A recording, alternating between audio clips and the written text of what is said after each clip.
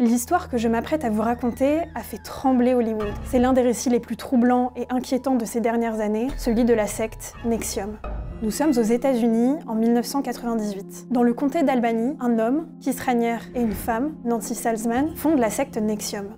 Présenté comme un groupe de développement personnel et de coaching, derrière cette façade innocente se cache une organisation sinistre, manipulatrice et destructrice. Keith Raniere se présente comme un génie, un guide spirituel capable de transformer la vie des gens. Sur son site, il explique pouvoir aider les gens à exploiter le potentiel qui existe en eux. Au total, en 20 ans, plus de 12 000 personnes auraient assisté au cours de NXIVM.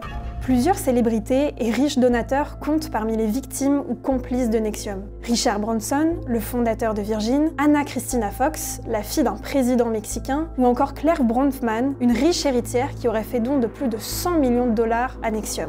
Mais derrière cette secte en apparence ordinaire se cache un véritable trafic d'esclaves sexuels.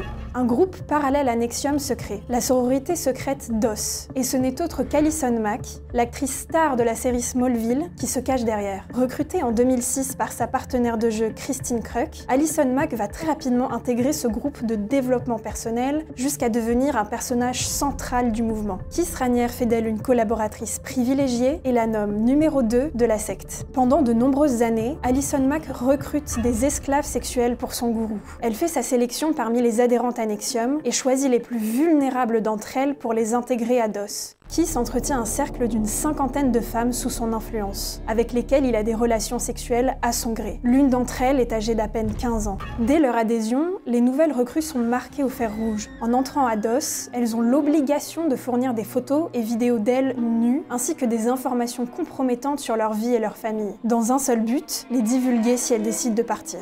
Elles sont affamées, privées de sommeil et contraintes à des actes sexuels avec Raniere qu'elles doivent vénérer comme un dieu vivant. Le contrôle est absolu. Les femmes doivent demander la permission pour tout, même pour manger. Elles sont surveillées, leur liberté complètement anéantie. Raniere les punit sévèrement si elles désobéissent et utilise la peur et l'humiliation comme outil de domination.